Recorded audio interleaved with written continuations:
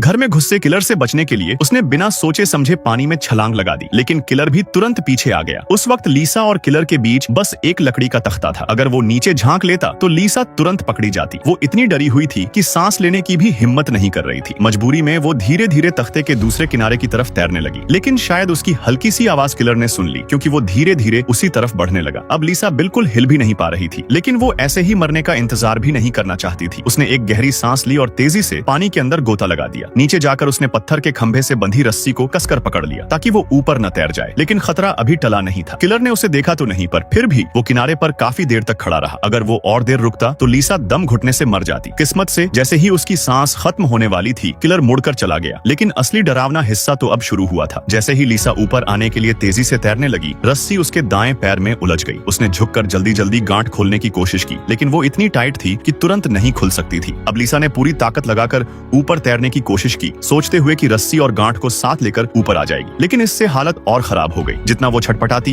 गांठ उतनी ही कसती जाती। आखिरकार इतने देर तक सांस रोकने की वजह से लीसा पानी में ही डूब गई, और ये सब उसके पिता की वजह से हुआ। जिमी, जो 30 साल से पुलिस में था, उसने अनगिनत अपराधियों को पकड़ा था। इससे उसके कई दुश्मन भी बन गए थे। बदला लेने के लिए कुछ अपराधियों ने एक किलर को उसे मारने भेजा, लेकिन उस दिन जिमी किसी केस पर बाहर था और घर में सिर्फ उसकी बेटी अकेली थी। किलर को करीब आता देख लीसा को जल्दी से छिपना पड़ा, और वहीं से ये पूरी घटना शुरू हुई। जब जिमी वापस लौटा तो उसे तुरंत समझ आ गया कि बहुत देर हो चुकी है। पूरे बोट हाउस में उसकी बेटी कहीं नहीं मिली। सामने गंदा और गहरा नदी का पानी देखकर उसे तुरंत बुरा अंदेशा हुआ। उसने तुरंत अपने साथियों को बुलाया। कुछ देर बाद लीसा की लाश पानी से निकाली गई। अपनी बेटी की तैरने की स्किल्स को जानकर जिमी को यकीन था कि ये कोई एक्सीडेंट नहीं था। आसपास के CCTV फुटेज चेक करने पर उसे सच्चाई का पता चल गया, और वहीं से एक बेहद सोच समझकर बनाया गया बदले का प्लान शुरू हुआ।